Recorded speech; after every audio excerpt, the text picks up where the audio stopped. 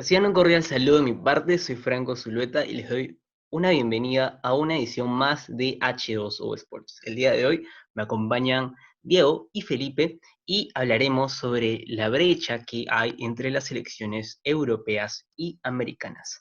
Como un preámbulo, una introducción, quiero soltar este dato debido a que hasta ahora en los mundiales los equipos pertenecientes, las federaciones pertenecientes a la UEFA, han ganado 12 veces dicha competición, mientras que los países de Conmebol han ganado el Mundial en 9 ocasiones. Le quiero ceder la palabra a Diego Guerra para que nos comentes tus sensaciones al respecto.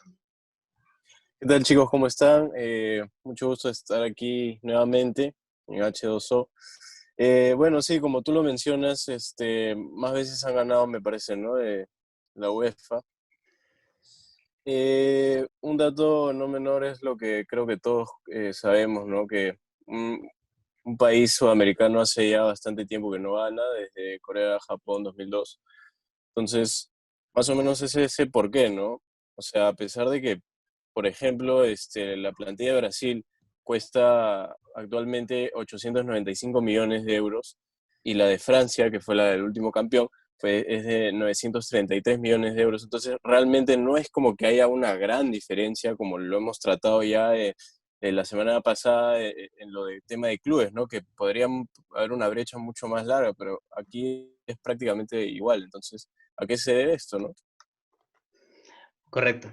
Antes de cederte la palabra, Felipe, me gustaría comentarles que el día de hoy C. Roberto fue entrevistado en un directo y le preguntaron acerca de esta brecha, ¿no? Entonces él comenta que antes el jugador latinoamericano disponía y sacaba provecho de su técnica, de su fútbol muy improviso, ganaba en el mano a mano, individualmente, marcaban la diferencia. Pero con el pasar de los tiempos, los futbolistas europeos supieron cómo sacar esa ventaja en cuanto a tres aspectos que él mencionó.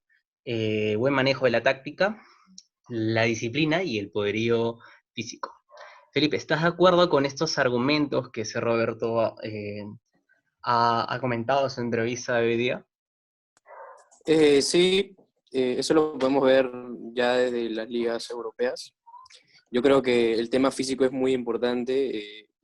Son ligas competitivas las que nos podemos siempre ganar en partidos muy complicados.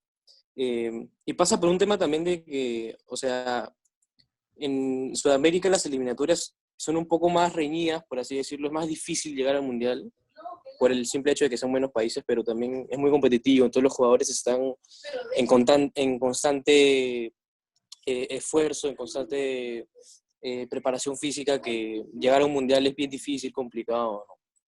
Claro. Y bueno, sigamos repasando las últimas series de semifinales en cuanto a los mundiales.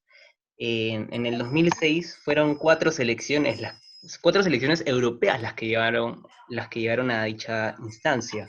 En el 2010 tuvimos nuestro representante latinoamericano, por así decirlo, que terminó en el cuarto lugar, el cual fue Uruguay. En Brasil 2014 a semifinales llegaron, esto ya fue más equitativo, dos equipos latinoamericanos y dos europeos, mientras que en el último mundial fueron nuevamente cuatro los equipos europeos que resultaron semifinalistas. Entonces, podemos ahí decir que hay una diferencia en cuanto al fútbol latinoamericano. Quería compartirles un dato que justo se rompe en este último mundial, y es que el entrenador Josep Guardiola, cuando ha entrenado a un equipo por ejemplo, entrenó al Barcelona en el 2010, y el Barcelona es un equipo español. España gana el mundial ese año. Josep Guardiola entrena al Bayern Múnich en el año 2014, y Bayern Múnich, siendo un equipo alemán, Alemania gana el Mundial. Y básicamente esas selecciones que campeonaron el Mundial, en su once titular conformaban muchos jugadores de los clubes antes mencionados. Entonces, tiene que ver un poco tal vez esa filosofía de Guardiola, ¿habría que otorgarle algún mérito en cuanto a esos mundiales ganados por España y Alemania? Por Felipe, te ejemplo, escucho. yo recuerdo el España de 2010 que no tenía ningún error en el equipo. O sea, yo me acuerdo que la mitad del equipo de España eran del Barça, creo. Y en esa época Guardiola hizo una gran temporada, me acuerdo. Yo creo que Xavi y Iniesta, esa complementación que tenían partido justamente de Guardiola, ¿no? Y el equipo que planteaba. Y Mm. son dos jugadores importantes quienes definieron también el Mundial. Diego, ¿tus sensaciones?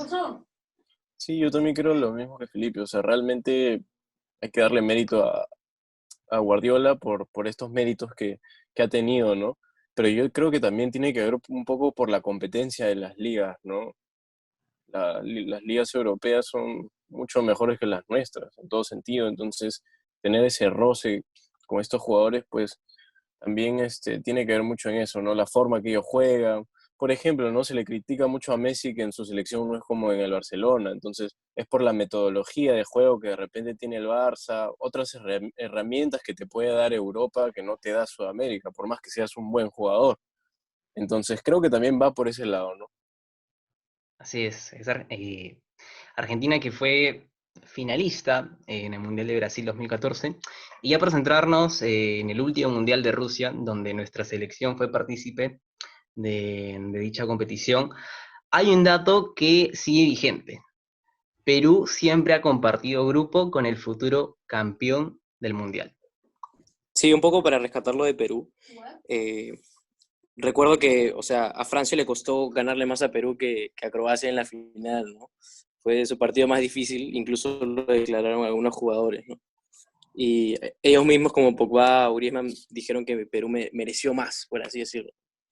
Y con respecto a los equipos de Sudamérica, sí, o sea, fue un mundial de las sorpresas, ¿no? Yo lo definiría así, como el mundial de las sorpresas, porque tuvimos a un campeón que se quedó en primera ronda, Brasil que llegaba como favorito también, pierde en cuartos por errores defensivos otra vez, como le pasó en 2014.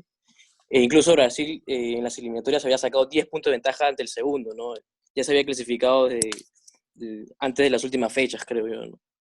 Entonces fue un poco Claro. sorpresivo cómo se mostró el nivel, pero igual, ¿no? O sea, es lo mismo como decía Diego, ¿no? Hay jugadores que destacan en Europa y en la selección les cuesta estar a ese nivel.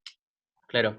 Ya para ir culminando, Diego, si es que el Mundial fuese en el 2020 y hasta antes de este paro por este acontecimiento del coronavirus, ¿en cuáles serían tus elecciones que serían las candidatas para una supuesta competición?